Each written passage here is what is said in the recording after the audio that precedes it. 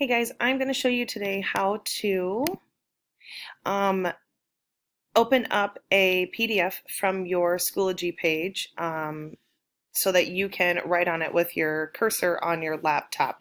The benefit of this, you guys, is just so that way we don't have to hand out so many paper copies, and it makes it easier for you to do homework when you are at home doing online learning. So you will go to your Schoology page. This is just one of my groups on my Schoology page.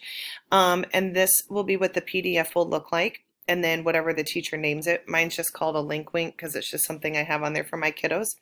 So really easily, you just click on it like that. And then you will see it bouncing down here in the lower left-hand screen. And you'll click on that and it will open. And right away, it will pop up as that little down arrow button. That means that you're going to delete it. And for some reason, mine pops away. So there, you click on that download button, that down arrow button, and it will automatically, or it should automatically, name it for you, link wink, and then it should say to save to your desktop. And then you just want to click on the save button. And then you're going to just want to minimize your screen and find it on your desktop. Mine is right here, so I'm going to click on it. Okay, then when it opens, you'll see that there's a little circle right here, and when you hover over it, it will say Show Markup Toolbar.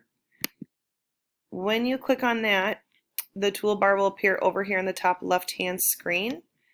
There are a couple different options. Some of my sheets that I have my students do, I just need them to cross things out and circle certain words.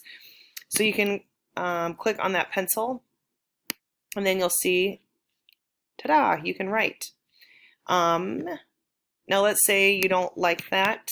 Obviously that doesn't look very nice. Just click back on it and then hit the delete button and it's gone. Now for a worksheet like this, you need to actually write words.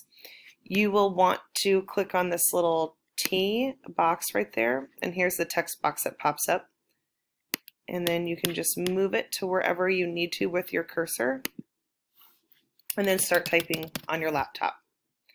And you can easily play around with this too to get a little bit more used to it.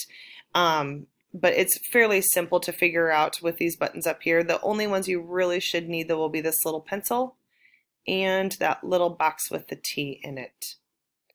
And there you go. Thanks. Oh, also, if you start typing on it and say you have to walk away, let your dog out or something, it automatically saves on your worksheet. So you can X out of it and it will go right back to your desktop. And then when you click on it again, the words are still there. So that's a little handy, handy feature. All right.